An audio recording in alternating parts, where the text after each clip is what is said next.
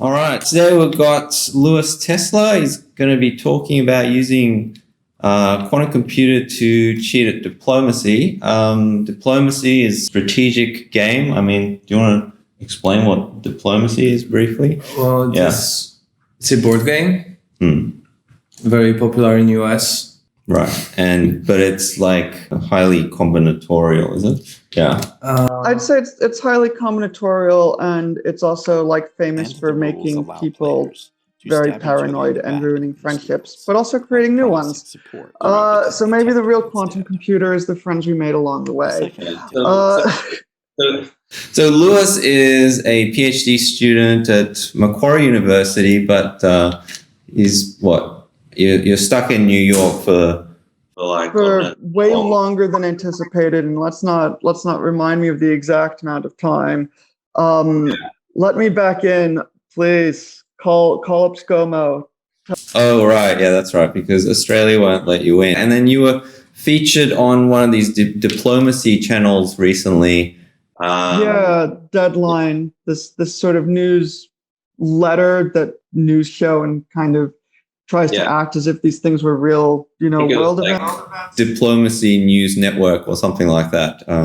But you were the first, the opening news item on that channel, and then he was basically saying like, I have no idea how it works. If there's somebody that can explain this, then please explain it, because it's like way over the top of everybody's head. So this is the video to explain it. Yeah. Well, we'll go through the slides that I prepared with Sam, and hopefully this will make a lot more sense by the end.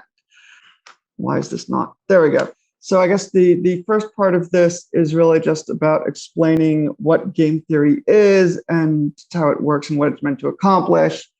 So let's start with that, right? So I've sort of arranged this small section of the map as just a small example of some options, right? So just to say, like, England is picking between two choices and France is picking between two, right? And you can kind of see that in this is a sort of visual representation of a payoff matrix, right? So you can see that the English options are the same as you go down the columns, and the French options stay the same as you move across the rows, right? So you can sort of say, like, okay, let's take this set of rows and columns, whatever it is, and these are called the pure strategies, right? The literal things that you're going to be doing, and let's make this thing called a payoff matrix, right? Which is just going to be, if I pick this and he picks that, here's how many points I get out of it, right? So from this matrix over here, from the pure strategies, you go a step further and you get the mixed strategies, right? And the mixed strategies come down to, well, what happens if I say I'm going to pick, the first strategy this amount of the time, and the second strategy 1 minus that amount of the time, right? And what ends up happening is you say, all right, well, if we take the payoff matrix and we multiply it by this vector of probabilities, this stochastic vector, what you end up with is the expected payoff, right? Because it's going to be it's going to be the payoff times the probability of that payoff, right? So then you can take that and you can say, you can make this sort of payoff matrix for a sort of, you can map the original pure strategies to these mixed strategies, and you can try to find the point where they match each other, right? Where no matter what I do, I can't do better and he can't do better, right? So that's sort of the idea of game theory, right? It's this sort of way to take strategies and find the equilibrium point, right? The point where no one can do any better by changing what they're currently doing. Hold on a second. Let's see if I can get to the next slide. So just to sort of drive that point home a bit, I've just kind of taken the matrix of the last section and calculated it out with a higher granularity, right? So this is the same payoff matrix that we had over here for the different mixed strategies, just with like an increment of, I think I did like, 20 values of the probability for either player. And you can see that it has this sort of hyperbolic, saddle point structure to it. And the Nash equilibrium is going to be like right here where I have my mouse. So in the example that we chose, which was, this diplomacy game, the matrix ends up looking like this. And it's quite large and cumbersome, right? And each one of these rows and columns represents something that France might do and that England might do. And then the number inside of the payoff matrix is just going to be the number of centers that they pick up as a result of this and that. And so you can calculate out, and I'll explain how the classical and then quantum algorithm works. But you can find the exact fraction of the time that France should be choosing a particular row and England should be choosing a particular column. So really the point of this talk is to explain how exactly we go from this to this on a classical computer, and then how we generalize that to a quantum computer. So let's just take a look at the classical algorithm now. So the classical algorithm for doing this, we've sort of translated out of the text, and we've changed around the variable names to make it a bit more instructive and a bit more obvious, right? So what initially happens is it's this iterative method, right? At the beginning, France has no idea about England and England has no idea about France, right? So they just have a vector where they just assume that every strategy is equally likely, right? And then what happens in this algorithm is that France is going to compute the expected payoffs for England based on his current assumption. And England, or at least I should say simulated England, is going to work out the payoff for France under this assumption. And they're going to use that information right there. And they're going to say, okay, well, here's the expected payoff of each pure strategy. But this is a sort of probabilistic thing. My model might be wrong. In fact, it's almost certainly wrong. So I'm just going to pick a strategy proportional to e to the negative expected payoff, right? So if you have two strategies that seem like they're really close in payoff, then you're going to have this sort of exponential trend in terms of the likelihood of picking one over the other based on how apparently close they are, right? So you iterate over this over and over again, and what happens is France's estimate for England and England's estimate for France is just going to get iteratively better until it converges on the optimal one, right? And there's all sorts of promises that come along with this. So then we have to talk about the quantum implementation, right? And so the quantum algorithm for finding these Nash equilibriums is really just a matter of they took this classical algorithm and they replaced the bits of it one at a time with quantum parts until they had something that was, a quantum algorithm, right? So let's just take a look at what exactly they did. So the most important step here is going to be this block encoding idea, right? So what we want to do is we want to take the unitary that is going to represent, some ancilla register and the current state, and we just want to be able to say, okay, let's take the payoff matrix and apply it to the state, right? And we can't actually do that because the payoff matrix is not a unitary matrix. But if we accept the fact that we introduce a certain failure probability with this garbage state, then we kind of can do it, right? And the entire point of basically everything that we're doing right now is to prepare this state so that we can essentially sample from these probabilities, which are related to the payoffs, in a single step, right? So let's just take a look a bit more closely about what the details of that are, right? So the other important part of this is something called QC RAM, or quantum classical RAM.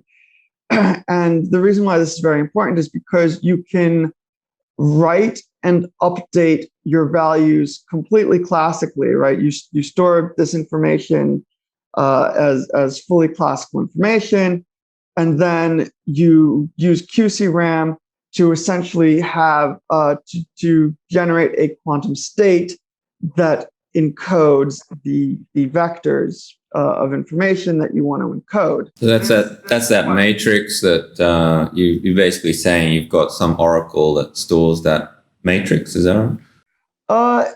Not exactly. So what we actually store is the results of the samples from the simulated England and simulated France, right? So you start out with the vector of every strategy equally likely. You prepare this state based on the payoff matrices. You measure. You get told. You basically get told that, okay, you've sampled from this. You store your sample in QC RAM, and then you use the QC RAM to get a new vector, a vector that isn't going to be all ones, and it's going to be proportional to the past measurements that you had made, right? And that's the sort of trick of it, right? Is that it allows you to generate these quantum states that are proportional to the observations that you've been making, right? So the point that comes into play is over here, right? So as we all know, I have very low tolerance of quantum algorithms that don't show their circuit diagram because, explain how the bloody thing works, obviously, right? So what's essentially happening here, this is just one iteration of this, is I'm sorry, my throat's getting sore. I'm going to pause for a quick moment and get some water because this is just too. I did not prepare to be continuously talking for this length of time. But anyway, the QC RAM is basically going to take these vectors over here. It's going to take these ancilla registers, and it's going to prepare a quantum state that is proportional to the things that you've measured so far, right?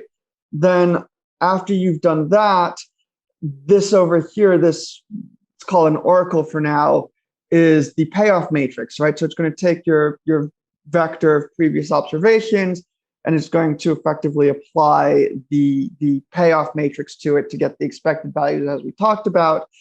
And then we're just going to do a rotation on an ancilla to ultimately the point of all of this was to prepare this sort of state over here. And then once we've done all of that, we can just measure it, and we end up getting something that is proportional to exactly the thing that we're trying to sample from. And then we just take a sample, plug it back into QC RAM, and do the thing over and over again. So hold on, what's that? You seem to do some kind of uncomputation there. So why do you do that? Yeah, that's a good question. So the purpose of that has to do with with this block encoding technique. So you'll notice that there's a swap gate right over here. It's a bit hidden between the two.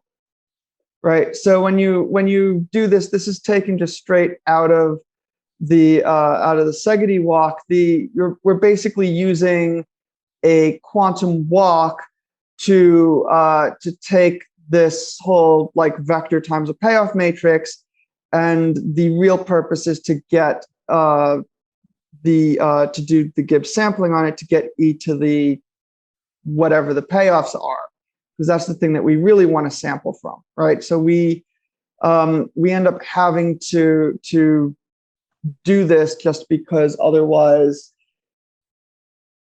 I mean, same reason you always do an uncomputation, you would just end up with a bunch of entanglements that you don't want. So let's just take a quick look at so I think this basically explains what the quantum algorithm is and the problem that it's trying to solve. So the last sort of part of this is pretty much specific to the question posed in the title, which is this diplomacy question. And I should really clarify that I picked this diplomacy question not because I'm obsessed with diplomacy, but because it was a really nice choice of a non-trivial problem, but also one that just wasn't invented to be a game theory problem, right? So it has these sort of properties to it that it wasn't like the toy example that the authors made up to show that their algorithm was good, right? So the real point of this paper was to just kind of say, can I do something useful in this algorithm for a certain value of useful? And will we actually understand what we're doing? Does everything actually check out when we go to compile everything, right? To start from the paper and go all the way down to the level of how do we implement this? So before I go on, do we have any questions about the algorithm or anything else so far before I get into the diplomacy bit? I'm still trying to get my head around it, but I mean, you say it was like quantum Gibbs, right? So, and that's usually implemented with a random walk, right? And you did mention it's a random walk. So I just maybe don't quite see. So where's the quantum walk here? Okay. So what's supposed to be happening is this is supposed to be one iteration of the walk, right? So this is supposed to get this is supposed to be applied multiple times over.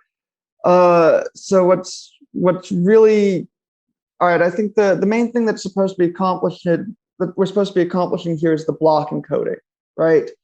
Because we need to be able to apply this payoff matrix to the state, which, as I mentioned, is not a unitary matrix, right? So the point is we can start with the vector of observations, and we can classically compute the payoffs for a given value of j, right? And then we can use that to rotate on some ancilla, which is what's happening on this step, right? And then once you run all the uncomputations in the swap, what ends up happening is that the rotation, so the point of this thing is to put the rotation onto the state that we want and to have this garbage state over here, right?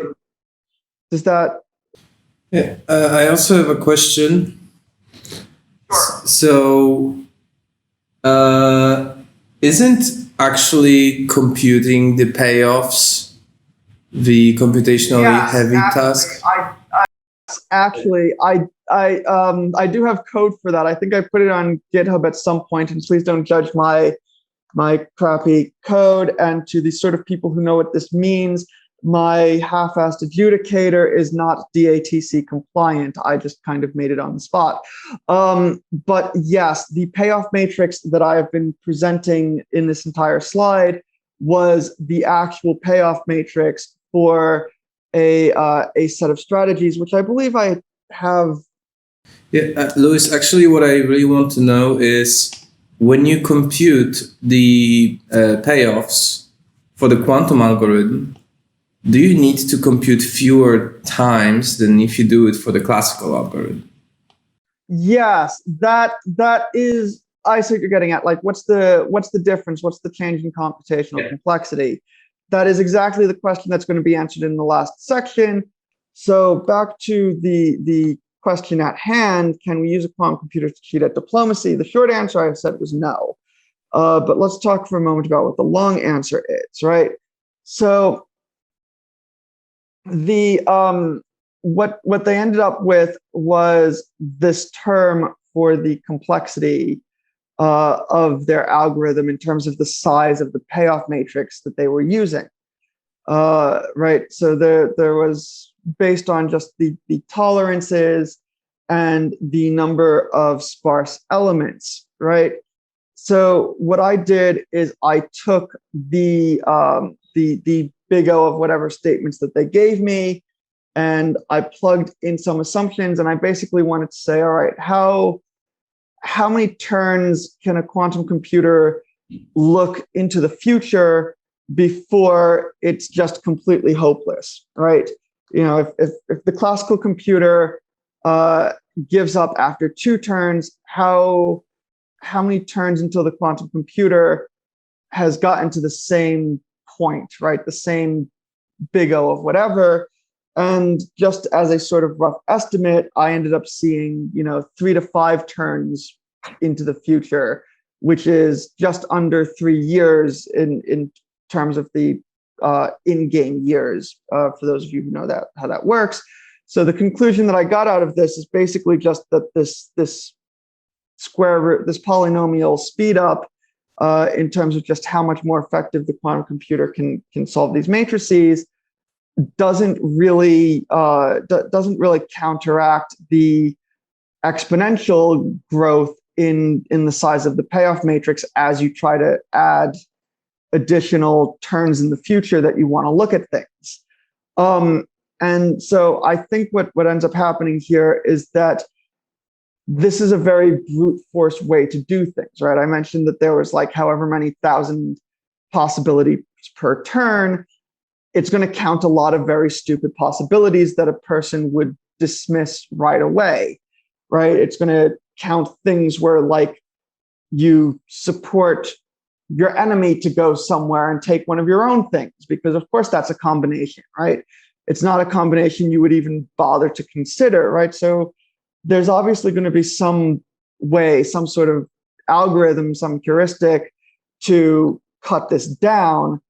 It's just a very difficult one to think of because the strategy of diplomacy very frequently has uses for very counterintuitive options, right? And you can't ahead of time say, oh, never support an enemy unit to do something, because there is such a thing as an unexpected support, right? Or never intentionally bounce your own units and cause them to fail. But that also is a thing people do, right? So it's difficult to find a way to do this, to encode integers to strategies that isn't brute force, and brute force just has too much of an exponential explosion to overcome. So that was the sort of conclusion that I ended up getting from this. And there were also caveats that I want to make in terms of the title and what's actually happening, which is that, long story short, finding the Nash equilibrium is not exactly the same thing as quote unquote cheating at diplomacy. If you assume everyone's rational, sure, the Nash equilibrium is useful. That's not always the case. There's other caveats to keep in mind that I've sort of listed here. So these are really the diplomacy-specific conclusions of this work, which is that we need to do pruning on top of the quantum algorithm if you really want to see multiple years in the future and know what the Nash equilibriums are and so on and so forth. So that's my conclusion. I hope that all made sense. I don't know if I raised more questions than I answered, but I'll let my audience. Nice. Thanks, Louis. Thanks, Louis. You go. I have one question.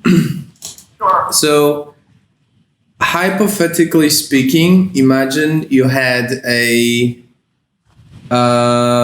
optimal heuristic for diplomacy, and the number of outcomes to consider would be polynomial. In this hypothetical scenario, would that become efficient to cheat at diplomacy? I do believe that would be significant. So I do want to be careful about what we mean by this, right? So when you say the polynomial heuristic, are we talking about for like a single turn, or are we talking about the like a heuristic that can see several turns in the future? Because I guess the heuristic would only. Well, what I meant is, immediately, and the number of outcomes to consider would be, because, it would also have to take into account in the future. So it would be polynomial in K. Part of the problem, I would say, is that you could definitely cut down, with some good classical heuristics, the number of options to consider for a given turn, right? So you can reduce this by a fairly substantial amount, because right now it's like 1,000-ish or 1,000 something, and you can turn this n plus m number, let's say, down to like 100 options per turn, right? The thing that I think really leads to this exponential explosion is just if you try to do, like, say, 2 turns, you're going to end up with all the things you might pick for 1 turn multiplied by all the things you might pick for the second turn, right? So that's why after k turns, you end up with, like, to the power of k possibilities.